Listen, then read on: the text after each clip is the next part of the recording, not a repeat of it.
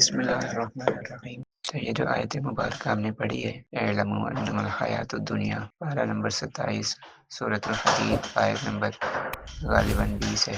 اچھا، اس میں اللہ تبارک و تعالیٰ جو آیت کے شروع میں جو لفظ ارشاد فرما رہے ہیں وہ ہے اعلموا، جان لو، تم سب جان لو۔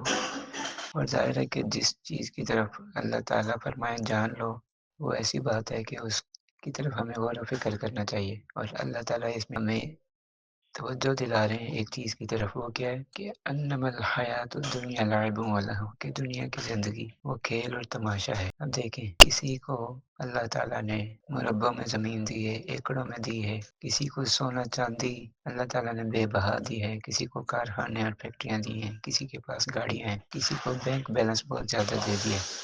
تو جس کو جو چیز دی ہے وہ اس میں کھیل رہا ہے، کوئی پراپرٹی میں کھیل رہا ہے، کوئی جو ہے نا وہ سونا چاندی میں کھیل رہا ہے، کوئی پیسے میں کھیل رہا ہے، کوئی گاڑیوں میں کھیل رہا ہے۔ تو وہ کھیل رہا ہے اور ہم تماشا دیکھ رہے ہیں کہ جی فلاں بڑی زمینوں کا مالک ہے، فلاں بڑی فیکٹریوں کا مالک ہے، فلاں بہت بڑا تاجر ہے، فلاں کے اتنے کارخانے ہیں، فلاں کے بچے جو ہے نا باہر ہیں، امریکہ میں ہیں، یورپ میں ہیں، فلاں کا یہاں اتنا بڑا گھر ہے۔ تو وہ کھیل رہا ہے، ہم تماشا دیکھ رہے ہیں۔ اللہ تعالیٰ نے جس کو جتنا دائرہ کار دیا ہے، ہر کوئی اپنے دائرہ کار میں کھیل رہا ہے۔ کسی کو اللہ تعالیٰ نے زیادہ دیا ہے تو وہ زیادہ میں کھیل رہا ہے، کسی کو اللہ نے کم دیا تو وہ کم مال و دولت کے اندر، کم پراپرٹی کے اندر کھیل رہا ہے، لیکن ہر کوئی کھیل رہا ہے۔ پھر اسی طرح اس میں اگلی چیز یہ تھی کہ وَتَفَاخُرٌ بَيْنَكُمْ وَتَكَاثُرٌ فِي الْأَمْوَالِ وَالْأَوْلَادِ، کہ ایک دوسرے پر فخر کرنا۔ کوئی کہتا ہے جی میں سید ہوں، کوئی کہتا ہے جی میں چودھری ہوں، میں بہت بڑا تاجر ہوں، میں برانچ مینیجر ہوں، میں جنرل مینیجر ہوں، میں اکاؤنٹنٹ ہوں، میں فلاں ہوں، میں فلاں آفیسر ہوں۔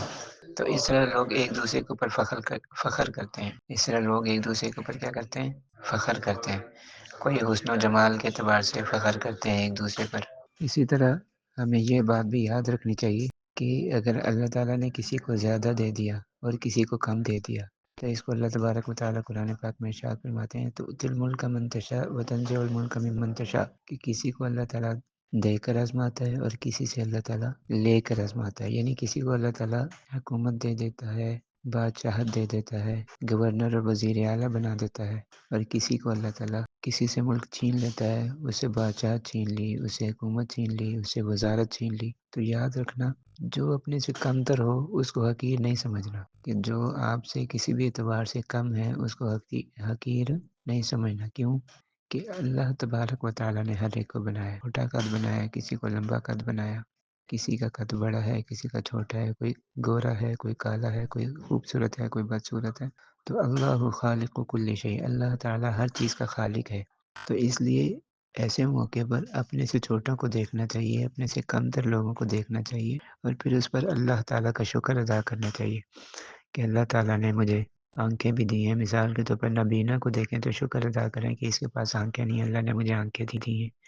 کوئی لنگڑا آدمی دیکھیں، معذور آدمی دیکھیں تو شکر ادا کریں کہ اللہ تعالیٰ نے اس کو معذور بنایا اور مجھے صحیح سالم بنایا۔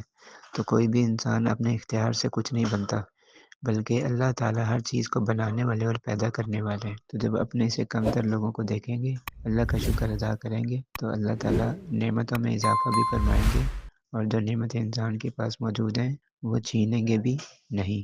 تو اس لیے ہمیں ہر حال میں اللہ کا شکر ادا کرنا چاہیے۔